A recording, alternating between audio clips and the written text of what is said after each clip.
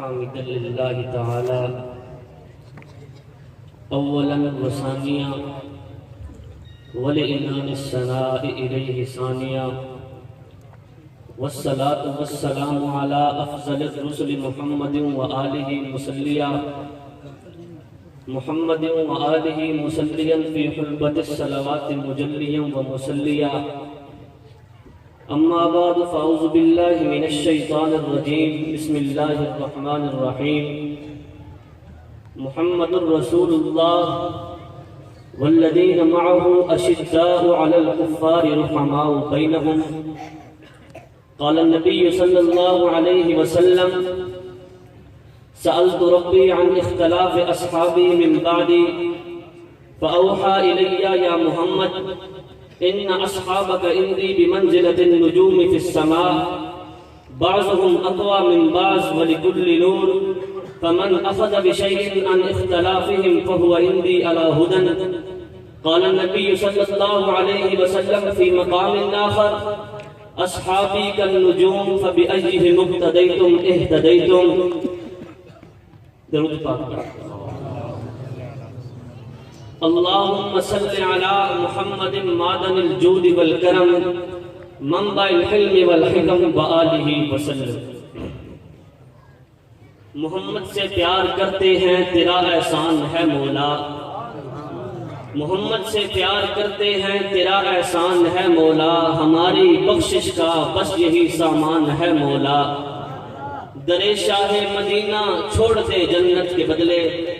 در شاہ مدینہ چھوڑ دے جنت کے بدلے یہ سودا ہم نہیں کرتے ہمیں نقصان ہے مولا اور تیرے باغی تیرے شاتم بشر اچھے نہیں لگتے تیرے باغی تیرے شاتم بشر اچھے نہیں لگتے تیرا سایہ نہ ہو جن پر غسر اچھے نہیں لگتے اور تیرے اصحاب سے مجھ کو محبت کیوں نہ ہو آقا کسے اونچے گھنے ٹھنڈے شجر اچھے نہیں لگتے واجب صد تکریم معزز مکرم محترم علماء کرام بالخصوص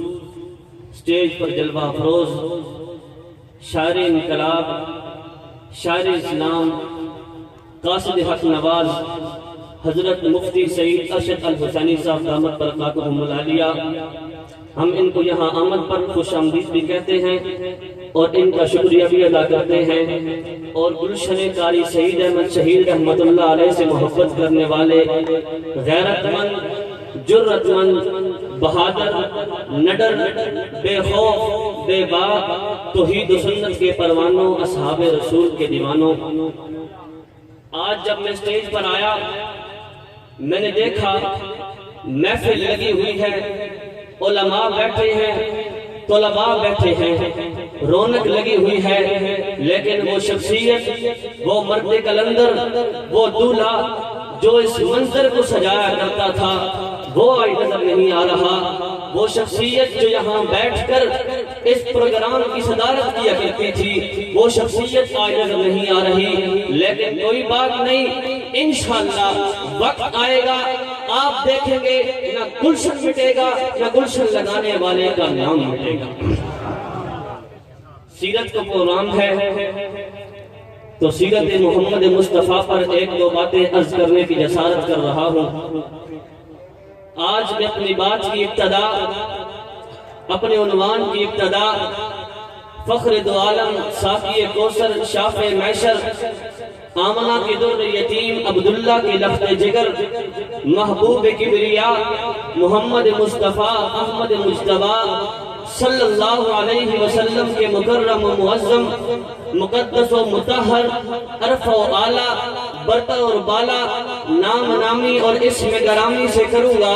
اس لیے کہ خود خالق کائنات مالک لم یزل رب الارض والسماوات نے فرمایا کہ اے میرے محبوب پیغمبر میرے لاڈلے پیغمبر میرے ماہ جبی اول آخر ظاہر باطن حاشر پیغمبر میرا کچھ سے وعدہ ہے عہد و اقرار ہے میثاق و پیمان ہے کہ زمین کے جس خطے پر آسمان کے جس کونے پر ہوا فضا خزاں کے جس جھونکے پر، درخت کے جس پتے پر، پھول کی جس پتی پر، پانی کے جس قطرے پر، سمندر کی جس لہر پر، پہاڑ کے جس پتھر پر، جس پرندے کی اڑان پر، جس انسان کے دل و دماغ اور زبان پر، جس قلم کی نوک پر، جس کتاب کے ورق پر تیرا نام آئے گا، میں رحمت کی بارش برساؤں گا۔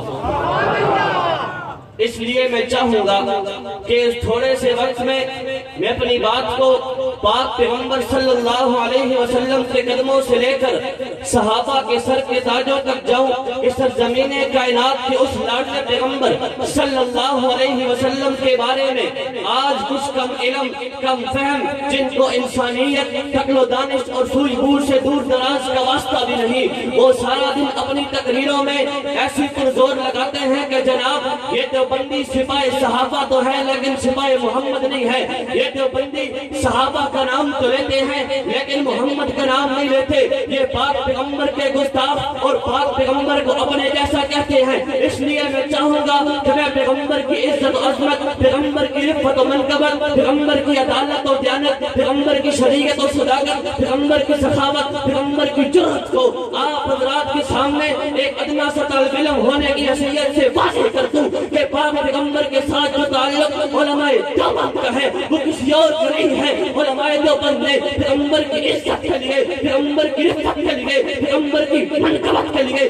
علماء دیوبند نے اپنی گردنیں کٹوائی ہیں، تن من دھن سب کچھ قربان کر دیا، لیکن پیغمبر کے دین پر آج نہیں آنے دی۔ رب کائنات نے اس لاڈلے پیغمبر کو صرف امت کے لیے نہیں بلکہ پوری کائنات کے لیے سراپا رحمت بنا کر بھیجا۔ پھر وہ کہے کہ جناب یہ دیوبندی نبی کے میلاد کی بات نہیں کرتے، اس لیے میں نبی کے میلاد کی بات کرتا ہوں۔ نبی کا میلاد کیا ہے؟ وہ میلاد حلوے کی پلیٹ کا طواف کر کے پاک پیغمبر کے نام پر مال بٹورنا جانتا ہے، اور ہم پیغمبر کے نام پر گردنیں کٹوانا جانتے ہیں۔ جس کی میلاد کا ذکر میرے اکابر علماء دیوبند نے بڑے خوبصورت انداز میں بیان کر دیا۔ رب کائنات نے اس لاڈلے پیغمبر کو پیدا کرنے کے لیے پوری کائنات کو پیدا کیا، اس پاک پیغمبر کی زبان سے اپنے توحید کے نکے بجوانے کے لیے کل کائنات کی شمس و قمر، کل کائنات کے ہجر و شجر، کل کائنات کے جن بشر کو پیدا کیا۔ پھر اس نبی کی آمد کیسے ہوئی، اس نبی کی ولادت کیسے ہوئی؟ رب کائنات نے سب سے پہلے آدم علیہ السلام کو پیدا کیا۔ آدم علیہ السلام کو پیدا کرنے کے بعد کائنات کی رب نے اعلان کر دیا کلہم بنی آدم و آدم من تراب، میں نے پوری انسانیت کو آدم کی پشت سے پیدا کیا ہے اور آدم کو میں نے مٹی سے پیدا کیا۔ پھر اس کے بعد رب تعالیٰ نے اس پاک پیغمبر کو اس سرزمین کائنات پر مبعوث کر دیا۔ پھر انہوں نے دین پھیلایا، اسلام پھیلایا، انہوں نے حق کی دعوت دی، انہوں نے نماز کی دعوت دی۔ جواب میں آپ کو پتھر مارے گئے، جواب میں آپ کو برا بھلا کہا گیا، جواب میں آپ کو گالیاں دی گئی، لیکن نبوت نے دین نہیں چھوڑا، نبوت نے اسلام نہیں چھوڑا۔ پھر صحابہ کو دیکھو، صحابہ کو بھی مارا گیا، تکلیفیں دی گئی، لیکن صحابہ نے پیغمبر کا دین نہیں چھوڑا۔ آج صحابہ کے دیوانوں کو دیکھو، حق نواز کو میاں والی کی جیل میں الگ کر کے مارا گیا۔ حق نواز نے نظریہ نہیں بدلا، حق نواز نے سوچ نہیں بدلی، حق نواز کو سب کی گلیوں میں گھسیٹا گیا۔ حق نواز نے نظریہ نہیں بدلا، حق نواز نے سوچ نہیں بدلی۔ آج ہم حق نواز کے لوہارے ختم ہوتے ہوئے اعلان کرتے ہیں کٹ جائیں گے لیکن نظریہ نہیں چھوڑیں گے۔ آخر میں اتنا ہی کہوں گا، وقت بہت مختصر ہے، ہری یہ شاخ تمنا ابھی جلی تو نہیں، اوے دبی حیات جگر کی مگر بجھی تو نہیں، جفا کی تیغ سے گردن وفا شعروں کی کٹی ہے برسر میدان مگر جھکی تو نہیں۔ زندگی کا دستور بنا لو، زندگی کا منشور بنا لو، زندگی کا ضابطہ بنا لو، فنا فی اللہ کی تہ میں بقا کا راز مضمر ہے۔ ارے جسے مرنا نہیں آتا اسے جینا نہیں آتا، وما علینا الا البلاغ۔